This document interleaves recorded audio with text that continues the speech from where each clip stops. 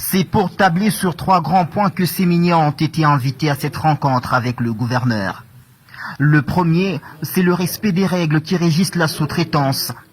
Devenu une loi en RDC, le directeur de cabinet du gouverneur, le professeur Yav Kachung, l'a davantage élucidé lors de la réunion. Richard Muyej a fait comprendre aux partenaires miniers à quel point le pays comptait sur le respect strict de cette loi pour former sa classe moyenne. L'autre point à l'ordre du jour, cadré avec la transparence dans la politique d'embauche. Le sujet est parfois au centre de plusieurs controverses dans la population congolaise qui voit des entreprises se créer sans que le taux de chômage ne baisse. Lui-même ancien patron d'entreprise publique, Richard Muyej a appelé les miniers à plus d'équilibre pour éviter les frustrations dans la population. La loi congolaise en matière des mines exige aussi que le siège social des entreprises minières soit implanté dans les entités où l'exploitation est faite.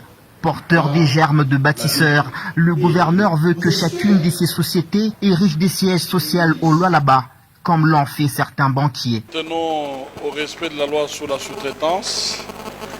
Il est important que la prospérité soit partagée et c'est une loi qui tombe à propos. Et nous avons comme l'impression qu'il y a quelques formes de résistance.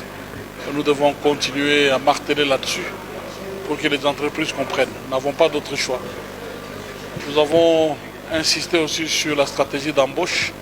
Là, nous avons souligné la nécessité de le faire dans la transparence. Il faut qu'on sache comment l'emploi est donné, comment l'emploi est partagé à travers ces entreprises. Et nos enfants ont besoin de l'emploi. Les enfants finalisent dans nos écoles techniques, doivent trouver leur place pour les stages dans les entités. Ils ne peuvent pas aller chercher ça ailleurs. Et nous sommes revenus sur l'obligation d'avoir les sièges sociaux là où se trouvent les sites d'exploitation. C'est important et nous attendons de beaux ouvrages. C'est une contribution à l'urbanisation et à la modernisation de la ville et nous espérons qu'on s'est compris. À cette réunion, le conseiller principal de Madame le ministre national de l'Emploi et Prévoyance sociale a pris part, mais aussi quelques syndicalistes.